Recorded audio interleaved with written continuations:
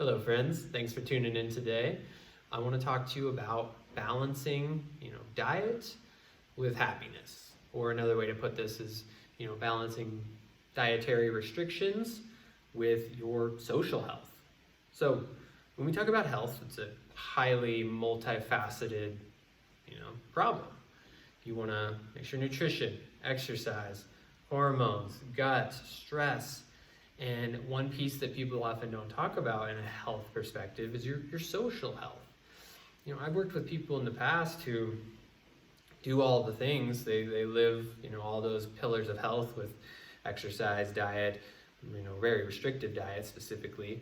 But then due to COVID, they were just kind of trapped at home and not living their life outside of their health and really just always focusing or, hyper focusing on it. And so, and they never saw as much progress as other people would who maybe were a little more lenient on the nutrition side and also took advantage of their social health. So all this is to say is that social health is a pillar as well. It's a valuable aspect. And when I'm talking about social health, it's interaction. It's friends, it's family, it's community, whether you're going to church or the bar, whatever it may be, just being able to commune and bond with other people and having that, does improve our health markers in a lot of ways that it's hard to see, but it has tangible effects. So the main takeaway from here, that's a valued part of health for sure. And when I see people really focusing on their nutrition, a lot of times it becomes very restrictive. It's what can't I eat? Or, don't eat these foods, don't eat these foods, don't eat these foods.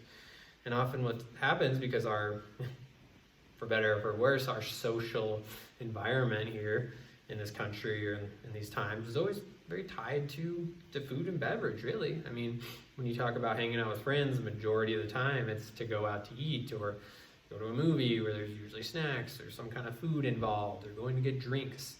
They're, inexorably linked. So unless you have a condition where and it happens, where it's non-negotiable. Like if you have celiac disease, you can't have gluten. That's non-negotiable.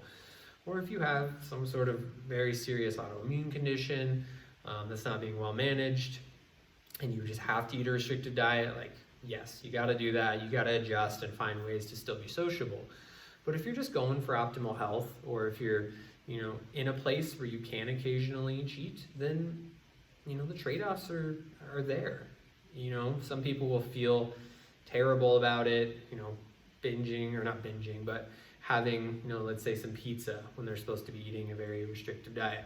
They'll beat themselves up over it, feel guilty, add shame to the mix. That's not helping your mental health.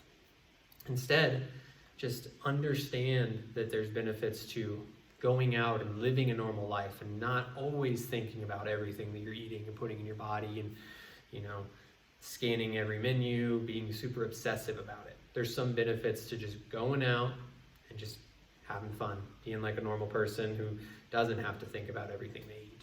So there are benefits to that, social, that I feel like balance maybe the nutritional consequences. So you eat a slightly less ideal meal, but you boost your social health by living life, enjoying it, and interacting with others and building your community.